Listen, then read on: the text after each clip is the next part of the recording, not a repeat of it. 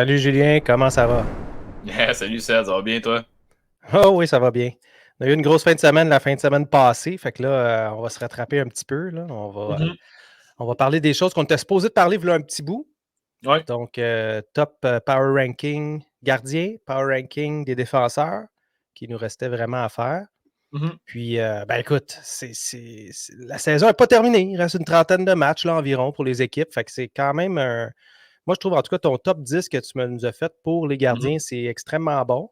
Puis ça porte un petit peu à débat aussi. Fait que Ouais. ben, je vais te laisser même commencer. Je vais te laisser y aller dans Ouais, ben, ton ordre. c'est le but que ça porte à débat aussi, là.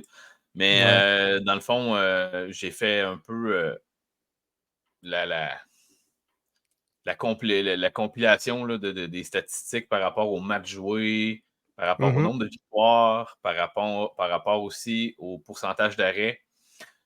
Donc, j'ai compilé un peu tout ça, puis ça m'a permis d'arriver à peu près avec ce top 10-là pour ce qui est un peu là, de dire l'impact des gardiens de but qu'ils ont eu pour leur équipe respective. Fait que, tu Ouais. sais, oui, c'est un power ranking des 10 meilleurs gardiens pour leur équipe en fonction de la saison actuelle, dans le fond. Ouais. Ce que je trouve intéressant, en fait, c'est qu'on était supposé le faire probablement il y a 2 semaines, là, ou peut-être Ouais. même 3 à la limite. Là, ça tout dépendait comment on voulait condenser nos choses. Mais bon, euh, ça m'a déjà permis de changer certains trucs par rapport à il y a 2 semaines. Fait que c'est quand même intéressant au niveau du résultat. Ça Euh, bouge vite, hein? Exactement. Fait que si vous écoutez ça dans une semaine, dans 2 semaines, écoutez, il y a le temps que ça bouge. Quoique, Quoique, je vous dirais qu'il y en a 5 là, au moins que c'est pas mal du solide là, pour ce qui est de cette saison, dont les 2 premiers. Là. On va parler de Connor Hellebuck puis Thatcher Demko. Ben oui. Tu nous lances Qui déjà sont ça, toi. Un, deux, bing, bang. Ben, quoi que ouais, c'est quand même très, très des évident de flagrants. voir. Ben, c'est ça. C'est les plus évidents. Écoute, là, on parle de Winnipeg puis on parle Ouais. de Vancouver là, qui sont toujours dans le top du classement. Ça roule, Mm. eux autres, comme un train. Puis, écoute, ça n'arrête pas. Ça continue, ça continue. Ces deux gardiens de but-là en sont clairement pour quelque chose. Ben Il oui. y a un peu les nouvelles aussi que Lebach aura signé avec Winnipeg à cause que Wheeler et Dubois sont partis, dans le fond. Fait que ça Hey, aussi, là, ça a fait bien des discussions dernièrement. Donc, sans aucun doute, présentement, c'est le meilleur gardien de but de la Ligue, je crois. Puis c'est sans équivoque. Là. Fait que c'est pas pour rien que en fait, c'est exactement pour ça que je suis parti direct avec les deux là, parce qu'il n'y a mm, aucune contestation, je pense, pour ces exact. deux gardiens de but-là. Malgré que c'est pas eux qui sont au top du pourcentage d'arrêt, quoi, qui sont vraiment pas loin. Mais c'est ça. C'est Donc, pas grave. ça va m'amener à vous parler justement là, de peut-être là, la 10e position que j'ai mis deux gars sur le même pied d'égalité. Parce qu'ils ont 18 puis 21 matchs de jouer. Donc, c'est Adon Hill qui possède présentement le meilleur pourcentage d'arrêt, mais Ouais. comparé à Hellebuck et Demko, il n'est pas tout à fait la moitié moins de matchs de jouer, mais presque. Donc, c'est la raison là, pour laquelle je me dois de mettre ces gars-là plus bas. Sauf que je ne pouvais pas les inclure parce que c'est vraiment des statistiques ultra impressionnantes qu'ils ont. Adam Hill et Alex Lyon, dans le fond, pour Détroit aussi. Ouais. Alex Lyon, Détroit, là, qui sont quand même dans la course aux séries, à peu près au même niveau là, que les Flyers présentement. Donc, clairement, là, Lyon y est pour quelque chose. Puis, ben, là, le Vegas, toujours aussi performant. Les statistiques de Hill sont vraiment plus reluisantes que celles de Thompson. Sauf que Thompson a gardé un petit peu plus de matchs. Donc, je pense que c'est dû à une blessure là, du côté de Hill en début de saison. Ouais, parce que ça devrait être Hill, le gardien, quand rendu en série, là, on s'entend. Oui, Là. c'est ça. En plein ça. C'est lui qui a le contrat aussi. Là, je pense que c'est un contrat que Samuel Montembeault a un peu utilisé là, pour se fixer aussi, pour signer le sien. Fait que, en tout cas, c'est un peu la situation pour la 10e position. Ouais. J'aime ça. Sinon, ouais, t'as autre chose? Tu peux. Non, mais c'est sûr que, tu sais, rendu là, tu peux penser peut-être à d'autres duos aussi, là, tu sais, des Linus Hallmark, qui potentiellement auraient Mhm. pu être 10e parce Oui, qu'il clairement. il joue moins. Ben, pas qu'il joue nécessairement moins, là, mais plutôt parce qu'il y a moins de victoires, là, tout simplement. Oui, puis des statistiques un petit peu moins belles que dans le cas de Swayman, qui est un petit peu plus haut là, dans le classement. Exact. 8-9, je suis allé chercher 2 gardiens de but qui ont des très belles statistiques, beaucoup de matchs joués. Cependant, leur équipe ne va pas si bien que ça. Donc, imaginez à quel point si ces gars-là ne participaient pas plus au pointage là, au niveau du nombre de points de l'équipe, dans le fond, là, au niveau des victoires arrachées ou des victoires volées. Là. On parle ici de Sorokin au 9e rang et puis Tristan Jarry au 8e. Donc, encore là, c'est discutable. Là, si vous me demandez c'est qui les meilleurs gardiens de but athlétiques puis c'est qui les meilleurs gardiens de but potentiels dans la Ligue nationale, je ne vous donne pas les mêmes réponses. Là, OK? Là, vraiment, par rapport à cette saison où on en est rendu, c'est ces gardiens de but-là qui ont le plus d'impact. Donc,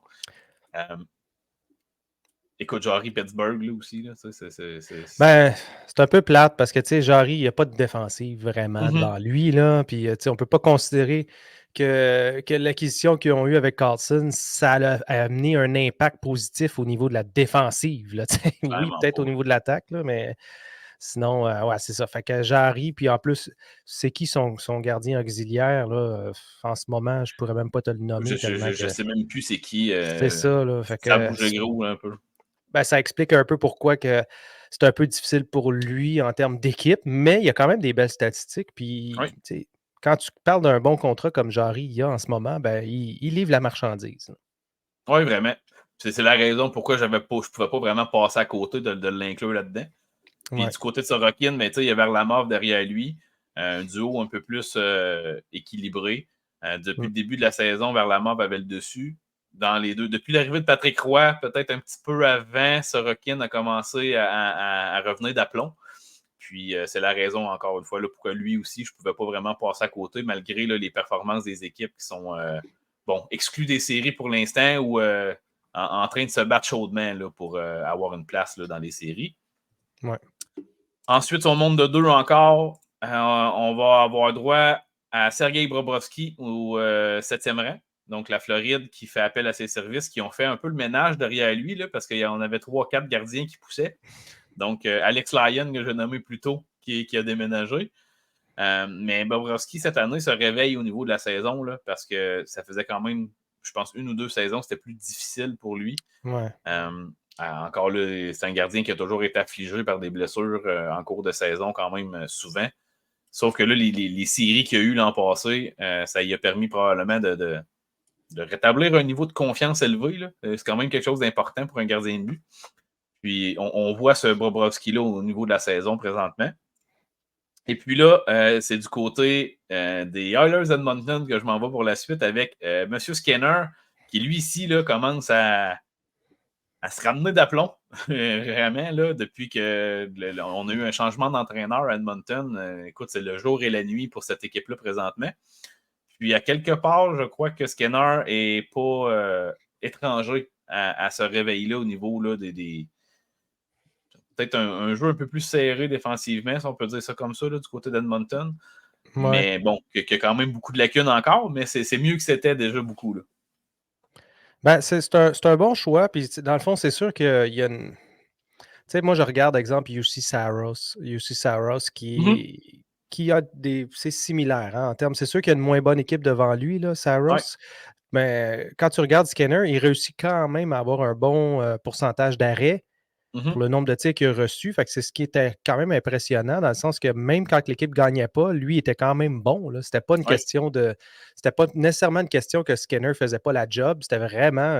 Il n'y avait pas personne qui comptait de but, tout simplement. Puis c'était vraiment pas une question des gardiens de but.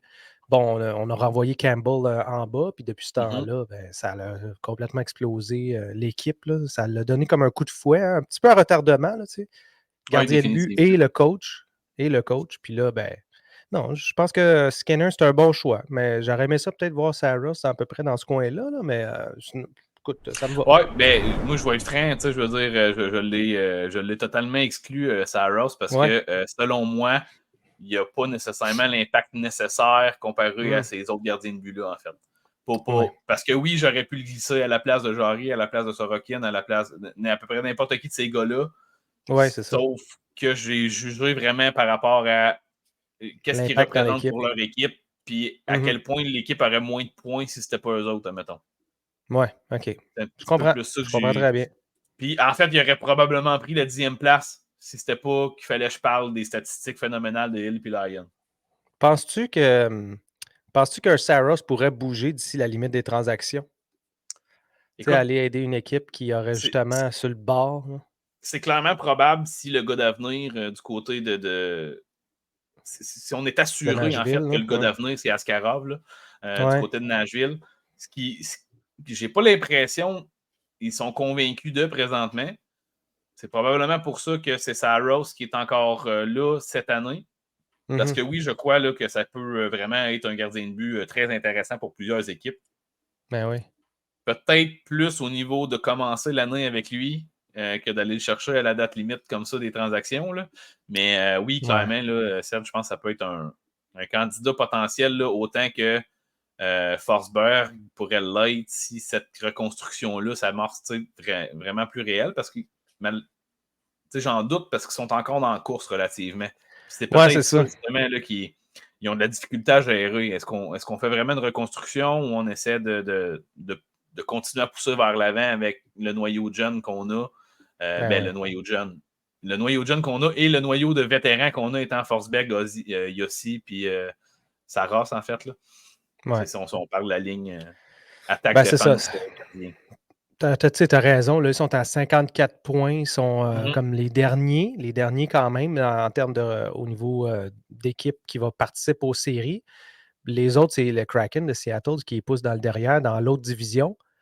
Puis sinon, ben, quand tu regardes dans leur division, ben, ils sont cinquièmes, mais il n'y a pas personne, je pense, en arrière d'eux qui peuvent vraiment les rattraper. Là. On parle des Coyotes, on parle du Wild, puis Mhm. évidemment de Chicago qui sont derniers dans leur division.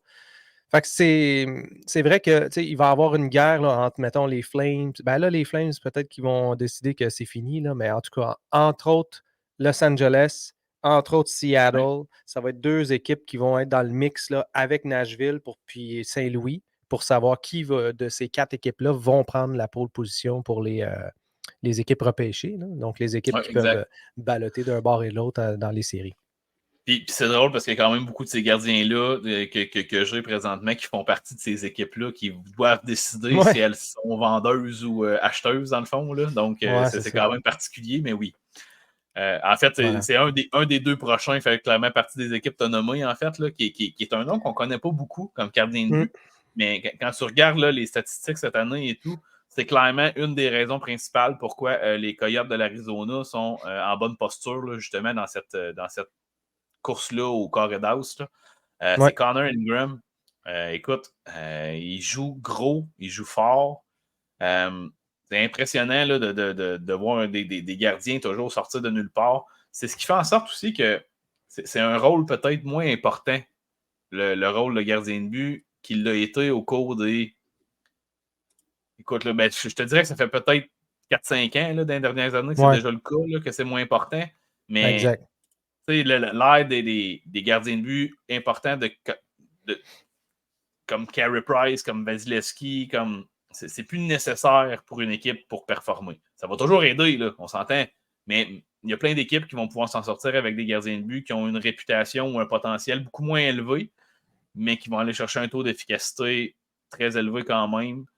Mm. Puis c'est les arrêts clés, dans le fond, qui vont faire la différence. Un peu comme Montembeault réussit à le faire là, avec le Canadien depuis le début de l'année.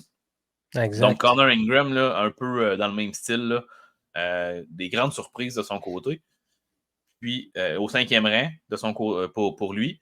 Euh, Au 4e rang, j'ai Jeremy Swayman, en fait, de Boston. Donc, on a parlé d'Ulmark tantôt. Clairement, Swayman un petit peu plus le dessus là, en ce moment, Ouais. cette année. Plus Puis, jeune aussi. oui, plus jeune, il y a 4 matchs de plus de jouer. Fait que c'est vraiment quand même un 50-50 là, de leur côté. Puis c'est le gardien que j'ai mis le plus élevé que le moins de matchs joués. Mais clairement, il est solide, là, très solide du côté de Boston, Swayman. Et je crois que je suis pas mal persuadé que maintenant que c'est une marque qu'on va essayer de se départir et non pas Ah Swayman ouais. du Hein. côté de Boston. Mais encore une fois, cette année, ça ne sera pas pour la limite des transactions. Parce que là, Boston vont plutôt chercher à acheter des joueurs. Bon, peut-être Oui. qu'ils vont dire, bon, est-ce que peut-être ils pourraient faire vraiment un switch, c'est-à-dire d'aller amener, on s'entend, d'aller amener Hallmark dans une autre équipe pour aller chercher un joueur qui aurait un impact au niveau offensif pour que ce soit un gros joueur ou que ce soit quelqu'un de. Est-ce qu'on pourrait voir, exemple, un Hallmark venir à Montréal? Puis là, on envoie des joueurs clés à Boston. Quoique, est-ce qu'on a vraiment des joueurs clés à leur fournir, là, si on veut, Mais à écoute, part des joueurs ça blessés? n'arrivera pas parce que c'est Montréal-Boston, mais Ouais.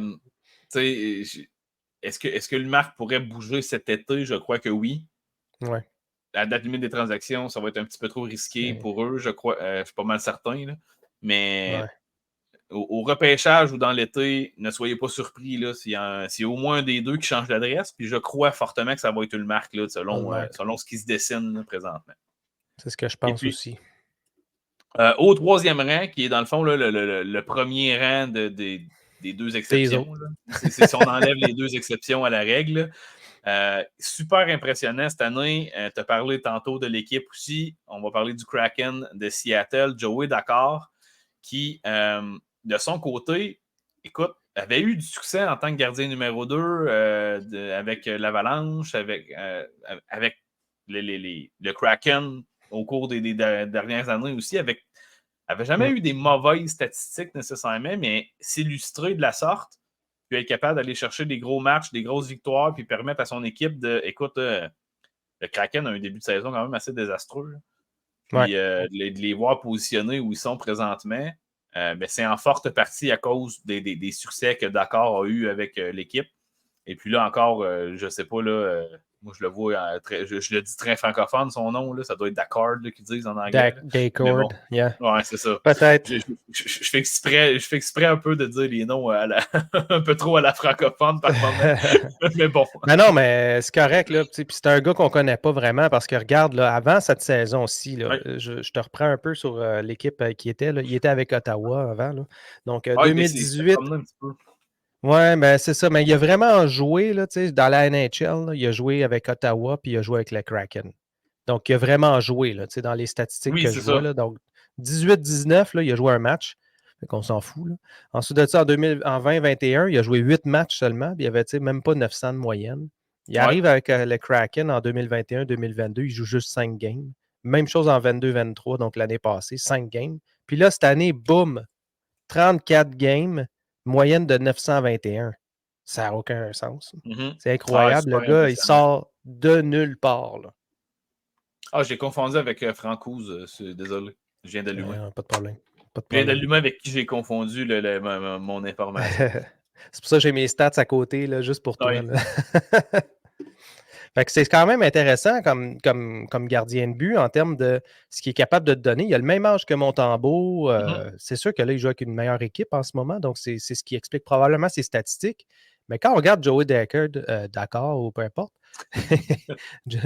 Joey, quand on regarde Joey, on peut imaginer un Montembeault avec une équipe plus performante, à quoi ça pourrait ressembler, tu sais. Dans un certain sens, là, c'est un joueur de 6 pieds 2, 200 livres. Il a été repêché là, 200e, 7e ronde. Là, fait que c'est pas nécessairement le gardien. C'était pas nécessairement le gardien qu'on voyait sortir à un moment donné. Fait que moi, je suis agréablement surpris de voir ça. C'est carrément un autre gardien qui arrive, qui finit à s'établir dans la ligue aux alentours de 26-27 ans, dans le fond. Là. Fait que, exactement.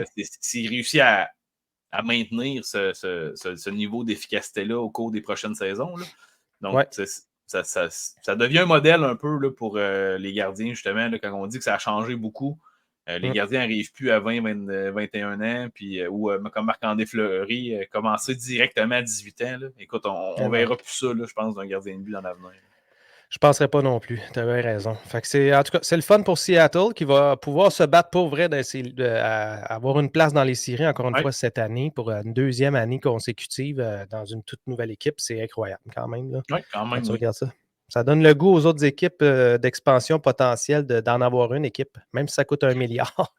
Ouais, ben tu sais, on s'entend que le modèle d'expansion est beaucoup plus Échangé. intéressant que ce qu'on a eu là, à l'époque du Ouais. Wild, à l'époque des Prédateurs, à l'époque des Des Sharks de San Sharks. Jose même. Ah ouais. Écoute, là, c'est même pas discutable sur à quel point c'est plus intéressant pour les nouvelles équipes.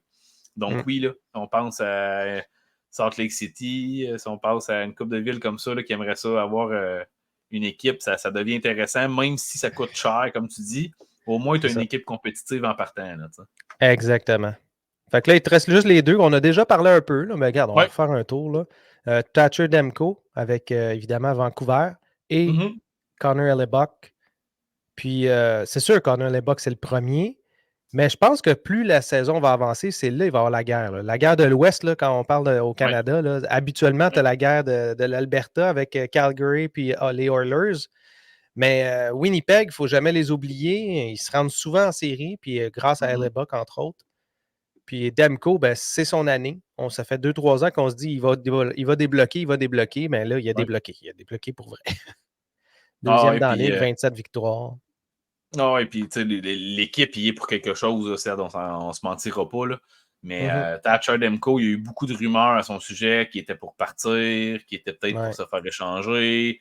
Puis ils ont persisté avec lui, puis c'est vraiment une très bonne décision. Puis regarde là, il y a un autre gardien de but que c'est vraiment à l'âge de 28 ans qui Débloquant, enfin. ben, tu sais, il y avait eu des bons chiffres là, d'autres années auparavant, là, mais Mhm. tu sais, ça a commencé à 25, 25, 26, 27, 28. C'est là qu'on a commencé à avoir une espèce de constance affichée. Puis malheureusement, avec les hauts et les bas que les Canucks ont connus là, au cours des 5 dernières saisons, Ouais. ben, là, c'est vraiment à partir de 28 ans que le gardien de but va s'établir comme étant solide, constant. Puis écoute, là, ça dure jusqu'à peu près à 35. Ça va ressembler à ça, les carrières de gardien de but, je pense, à l'avenir. Ouais, t'as bien raison. Puis on va voir, il va y avoir toujours avoir une exception de temps en temps, les Ah Chesterkin oui, de c'est ce sûr. Là. monde, là, mais sinon, ça va vraiment toujours être similaire. Là. Puis c'est Mm-hmm. normal, tu sais, la position, on dit qu'elle a. À un moment donné, on atteint un plateau, là, un certain Oui. plateau au niveau des performances. Puis je pense qu'on est à ce niveau-là. À moins qu'ils changent les équipements, qu'ils changent des règles, tout ça, je pense que ça va pas mal ressembler à ça, Ouais. l'horizon là, qu'on peut voir là, prochainement. Oui, Fait parce que, que ben merci. justement, Ouais, dans les 5 dernières années, ça a changé gros à ce niveau-là. c'est Fait ça. que ça vient influencer tout ça, en effet. Exact. Ben, merci Julien, c'était vraiment le fun, bien Ben oui, merci, intéressant. Seb. Puis prochain qu'on fait, ben, c'est les défenseurs, excuse-moi, les défenseurs. Mm-hmm. On s'y attaque de ce pas, puis vous allez le voir demain. Donc là-dessus, merci Julien. Les Yeah. pouces, comme tu as dit. Puis si vous aimez ça, suivez-nous. Merci beaucoup. Salut Julien. Yeah, salut, Seb. Salut tout le monde.